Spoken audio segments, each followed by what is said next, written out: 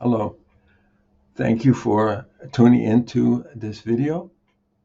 I appreciate it very much. And if you do like the video, please press the like button. Apparently, it helps keep the video going and available to others. And if you would be kind enough to subscribe. Now, I think there's a misunderstanding about subscribe. I can understand it. Um, it's not like you're subscribing to a newspaper. It doesn't cost anything. A subscription to a channel on YouTube is very helpful. It helps you because it sets up a list of your subscriptions to different videos, and then you can look at that and look at any past video that you might have missed or any future videos that come up. And it's very helpful, and it's helpful for this channel as well. And I appreciate that. Um, Now, overall, in my past videos over the last few months, they have been heavily centered on um, historical information, background information. Uh, I also really wanted to get into the everyday situation in Ukraine, the everyday evaluation that I have. I have other things to do in my life besides make these videos or read about Ukraine or look on videos about Ukraine. But I am retired and I do have a lot of time. And maybe from the background that I give in this video, you might understand why I might have a particular viewpoint on Ukraine that might be helpful. But I do spend a lot of time uh, reading, looking at sources. Uh, Even though I don't speak Ukrainian, I look at Ukrainian videos, and through the foggy glasses of Google Translate, I try to understand. So hopefully at the end of this first section of this video, I'm going to go into some details about the current situation uh, in Ukraine, Kursk, and all these things. History is a matter of weaving.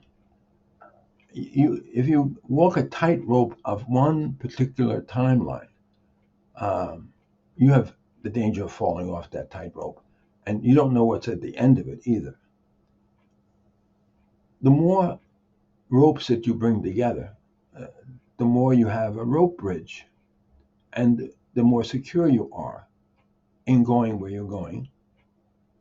And today I'd like to take some of the threads that I put out, some of the ropes I put out, and weave it together, put it together with a personal uh, thread. In my last video, I titled it, Has World War One Ended? And I encourage you to look at it. And it's my thesis that World War One has not ended. The great war to end all wars still goes on. But let me impose on you, be patient with me as I tell you some of my personal history. I've always been interested in politics. Well, going back to the age of 12, let's say, and that was in 1964. I'm 72 now. In that year, I followed the newspapers. I lived in New York City, and I was an avid reader of the newspapers. And at that time, you had the blessing of having relatively cheap newspapers that you could hold in your hand and read. The New York Times, the New York Daily News, the New York Post, Journal American, etc. And I read them all. And I read the opinions, the comments, the stories. So I was interested in current events. And I was 64, around 64, 65. One of my brothers went to the land of Bohemian flower children, the East Village in Manhattan, and he would bring home records, music records, that I became fascinated with Phil Oakes, Bob Dylan, and that Pied Piper Pete Seeger. I was infatuated with this folk style music, which had been very popular at that time, and their commentary on current events. So it was very, very interesting to me. So I became a great anti-Vietnam War advocate. When I was 16, Eugene McCarthy was the first Democrat to throw his hat into the ring to um, run against Lyndon Johnson for the Democratic Party nomination. As it turned out, Robert Kennedy came into the race. He soon eclipsed McCarthy, but then tragically he was assassinated in California. So Hubert Humphrey ended up to be the nominee. He had been vice president under Johnson, and he went on to lose to Richard Nixon. In '69, I still kept my allegiance to the liberal democratic cause, because in the meantime, in order to campaign for McCarthy, as a 16-year-old, I had no resources except I was told that I could join a Democratic Party club in the Bronx, a very liberal one. So I had joined it, and I spent my time there. And one night, we had visitors, people who had been invited to speak to the club, and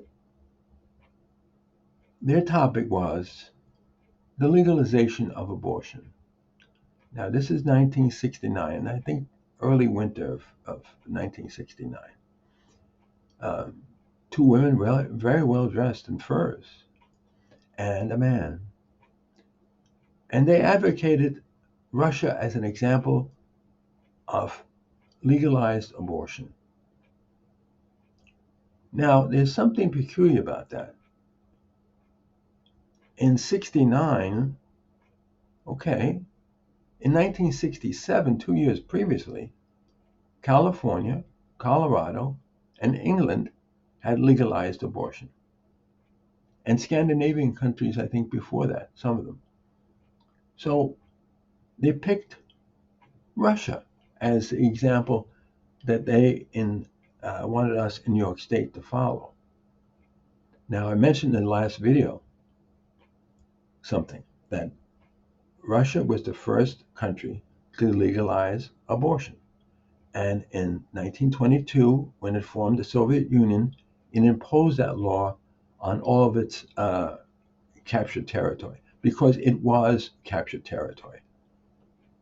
They had sent marauding anarchists and murderers into Ukraine to terrorize the population.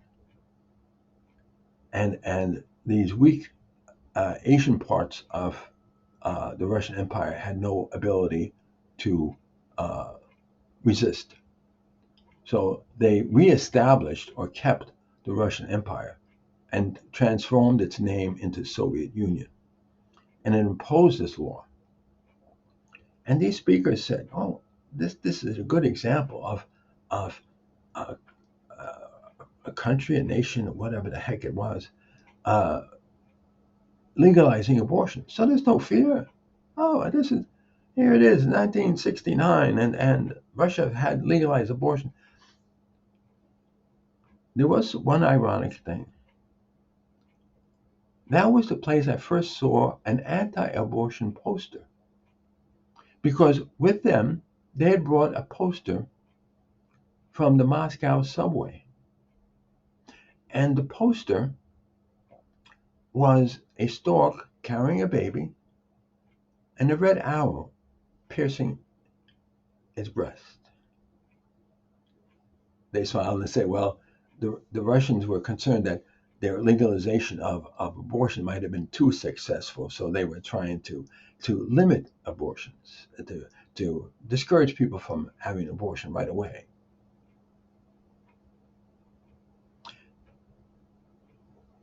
I had joined that club because I was an anti-war kid. At the age of 17 now, in 69, I was still anti-war because I thought it was unjust. I thought the Vietnam War was unjust.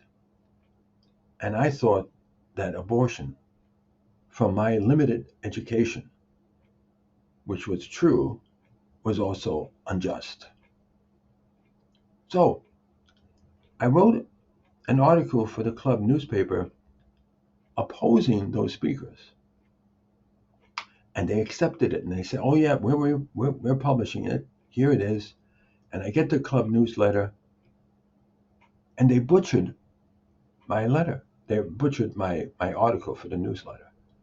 Instead of my original information, they had cut out everything and made it appear that I was endorsing limited abortion for this reason or that reason.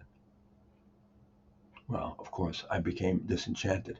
It had been a young lawyer and his wife that were running the newsletter, and young liberal couple, and they took my work and butchered it for their own purposes. They lied. That's a falsehood. So I left that club, was disenchanted, and became more and more conservative. But when I looked around in New York State, I looked at the Republican Party of New York State. They were pro-abortion, basically. And then I looked at the Conservative Party. They couldn't care less. They were economic conservatives. We have to save America from and American capitalism from the socialist Democrats. They were interested in economics and from their point of view on capitalism. And that's a whole different story.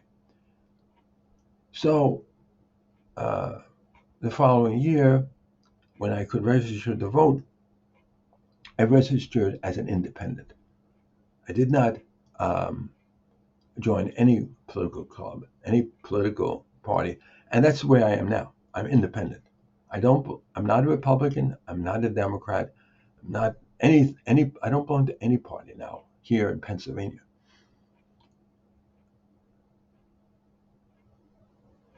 But late in the 80s, I think, maybe mid 80s, some housewives in New York State's Long Island, they formed the New York State Right to Life Party.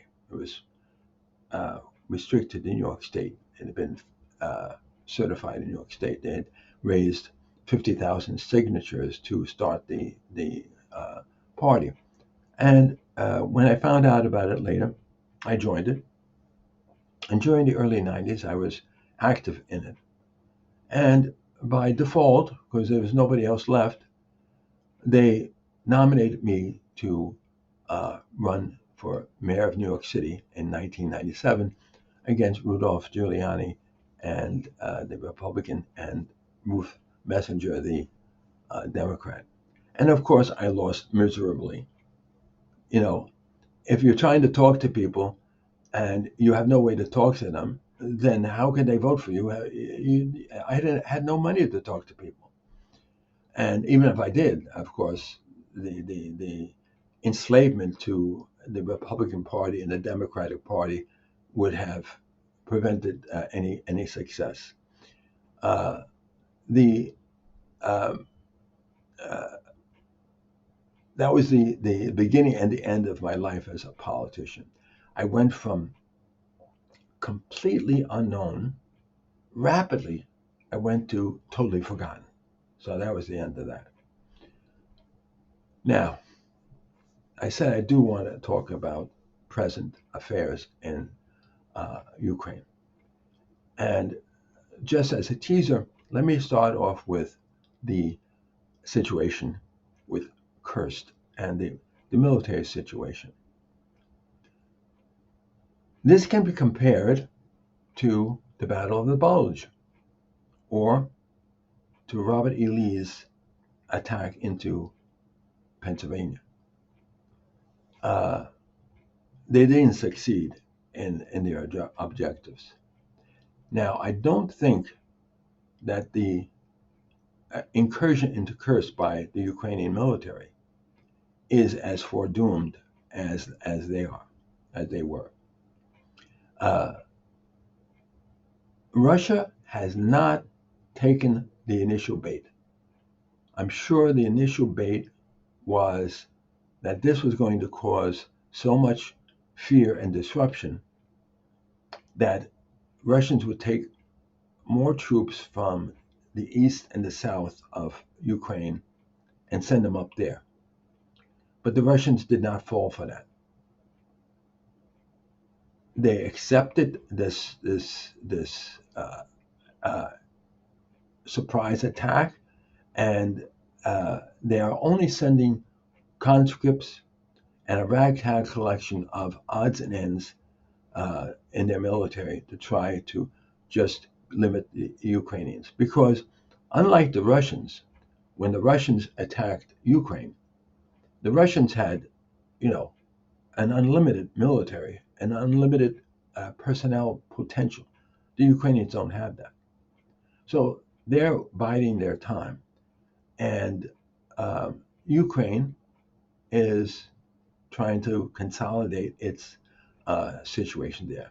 But in the meantime, the Russian army still is making progress against the Ukrainian east. It's slow, it's expensive. I'm not telling you anything new or insightful, but it's at high cost for them, but they are making progress. One little thing, just the other day, they entered into the small city of New York, a Mennonite town that had been founded years ago in the 19th century. And they took over that town just recently. But months and months ago, I had watched a Ukrainian video in which two Ukrainian amateur journalists went to New York, and they were interviewing people. There were very few people left in New York at the time. Most Ukrainians had left. They had left, but the few people they met there, older people, they were very pro-Russian. They weren't pro-Ukrainian. They said, "Oh, the Russians have to do what they have to do," and now Russia has done it, and they can live with the Russians until Ukraine gets it back, and Ukraine will get it back. But we can talk more about the ins and outs of this. One of the parting thing I'd like to say about what Ukraine has done is that Ukraine has put itself in a position of being closer to Moscow and other centers of power. It can move up its artillery first, its missiles, its drones, and go deeper into Russian territory. The Russians will have to respond to this, and it will be very important to see how the Ukrainians hold on and what the Russians do. This is a dynamic time in the battle, in the war. The stalemate sort of situation in 2023 has pretty much passed.